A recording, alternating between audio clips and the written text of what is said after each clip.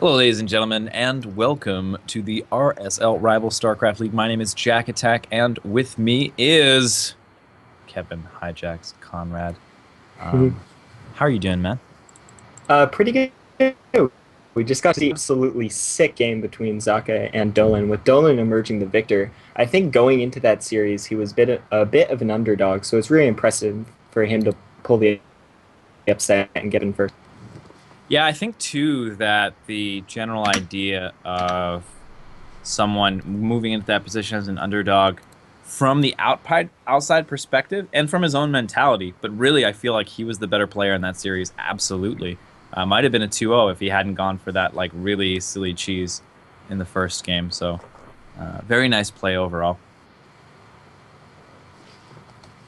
Yeah, definitely. He was using the Liberators quite well. Most Mm. players can't pull off those kind of moves where, like, some players would put him here and try to zone, but he was just on top of things every single time. Zake was forced to make a decision where no matter what he picked, he would lose. He would lose units to the Liberators or lose a base. Yeah, and that's one of the things about you can do that with lurkers as well as Zerg. Any sort of unit that has to commit to a position and become stronger creates this sort of tactical play. It allows players with sort of better minds for that type of stuff, really in the moment, thinking a couple steps ahead of your opponent and sort of saying, okay, if I siege up here, my opponent's going to move here, and that's going to allow me to come in here with this unit here, and then you say here 8 or 9 times after that, and once you do, you've won a game against Zaka, which is really great. Yep, should be getting into the next game in a moment here. Apparently, a random player named Random joined our lobby. Uh, uh, he has been removed, so we should be able to get into the game now. ZVZ once again on Ruins of Ceres. I guess that is just the starting map for today.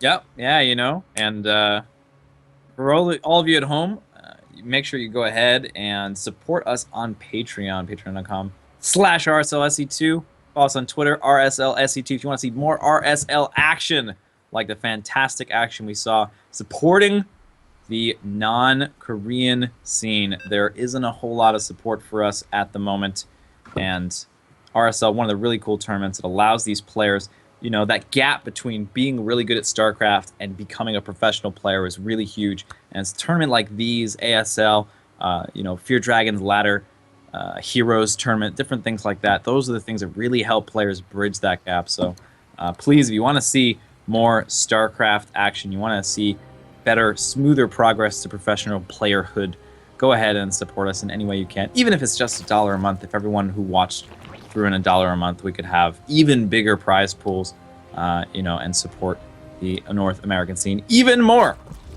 We do have building a particularly early extractor in the bottom right.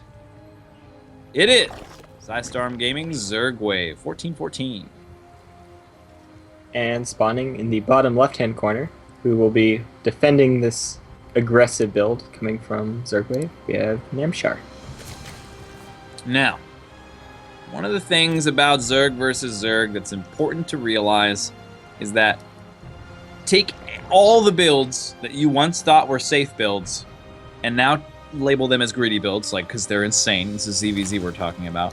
And then take all the aggressive builds, like 1414, and be like, okay, those are now the middle of the road. And then the aggressive builds that are like, oh my god, you're insane.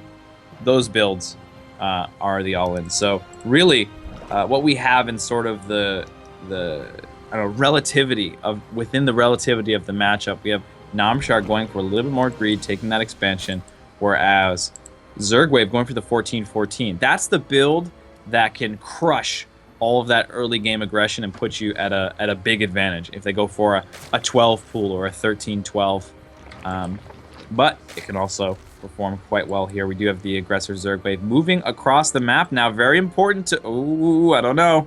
We might just barely miss this Overlord. One of the most important things about early pool builds is you have to know your opponent's Overlord scouting and avoid them with your first couple of lings. Oh my god, I think he's just going to barely see it. Oh, Namshar is just barely going to see those two Zerglings. Now moving across the map, he knows exactly what's up. Baneling Nest is already on the way. It's going to be one of the major tools. He's already stopped droning and started building Zerglings as well. Namshar in a nice position here. Yep, definitely. He went with a hatch first, which is probably the worst setup you can have to try to defend this, apart from going for like a 12 pool or something, where you're just too far behind. But he does have Lings in production. His Baneling Nest is almost done, and he has a Spine building in his main. He actually has the Ling advantage, at least at his base on Zergwave right now, but two Banelings Queen just a bit finished. vulnerable here. Gonna try to make a run for it. Nice. Gets into a pretty good position. It's all about stalling for time here. The longer this game goes on, the better it is for Namshar. As long as no crazy Baneling hits go off. This is a bit scary. Running in here, making a run for these. Oh, gets a lot of hits. No kills. Does take 2 Baneling hits to kill workers. The retreating move here. Gonna move, trying to move. Oh, into this section over here. Nicely defended. Lots of Banelings here for Namshar. Big Baneling advantage, and that's gonna be your main defensive tool in this scenario. Yeah, right now, Namshar has quite a few Banelings. He has 5 in front of his natural, and as long as he doesn't lose them to miss micros or other Banelings, he should be in a great position. He's moving his Spine down from his main, and he's actually gone back to droning because he's so confident that he's held this. Yep, he's in a great position right now. Needs to keep all of these Banelings and Zerglings alive to continue the attack. All right, big flood coming in over here. Can he get the hits that he needs? 3 for 3. It's why you gotta move 2 by 2 when you're with the Banelings. Could have gone a 2 by 2 trade there, or 2 for 3 trade there. A lot of move outs. This Baneling trying to chase down this clump. Very good micro over here from both of our players. That Baneling barely stays alive. Oh my god! Oh, manual detonation would have been an amazing hit right there, but unfortunately does not go for the manual detonation. 2 Banelings morphing in. Going to help quite a bit. Ooh, this Queen out of position. Going to get a bit of surround on her. Nice drone split over here. Wow, fantastic drone split. Look at that. Very cost-inefficient trades there for Zergwave. This has been an excellent defense so far by Namshar. He's got a Spine Crawl in the front, creep as well, a couple of Queen safety Banes, and is continuing to drone here. 23 to 13 drones. Yep, and Zergwave is just now starting his natural hatch, so he's at a pretty big deficit. Yeah, very nice defense here. That kind of situation can pretty easily go either way, but generally speaking, the greedy play is going to beat the safe play. And Zerg versus Zerg, a 14-14 is a safe play. Yeah. So Namshar, he says, okay, well, you're not attacking me anymore. I guess you're probably trying to recover. So he's making units to try to just kill Zergwave while he's trying to take this hatch. Yep. And very nicely done. Big army supply advantage right now. This hatch, really important to Zergwave. Yeah, and he's going to GG. Nicely done. Namshar really leveraging that excellent defense into a quick victory. Namshar goes up 1-0 against Zergwave. Keep in mind, this is the losers match.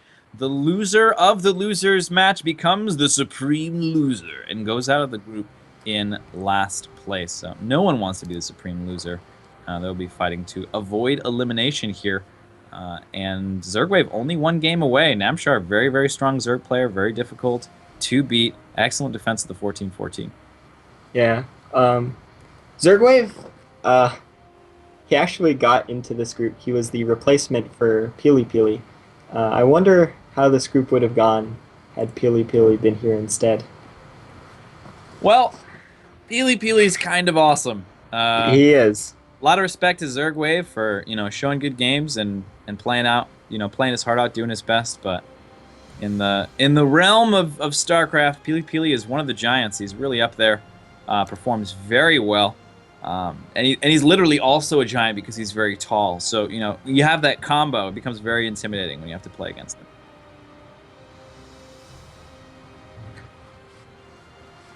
So this map, or this game, we're going to be on Dusk Towers. So it's much harder on this map to do that kind of like heavy link Bane aggression because your main protects your natural. If you take the pocket natural, you're relatively safe. There's a small ramp that's easy to defend with queens and keep your natural safe.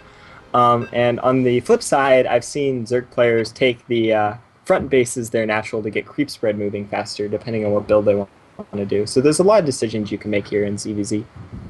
Yep. Also keeping in mind sometimes, depending on the matchup, the third base is a much more difficult base to take than the natural. So another reason to go ahead and take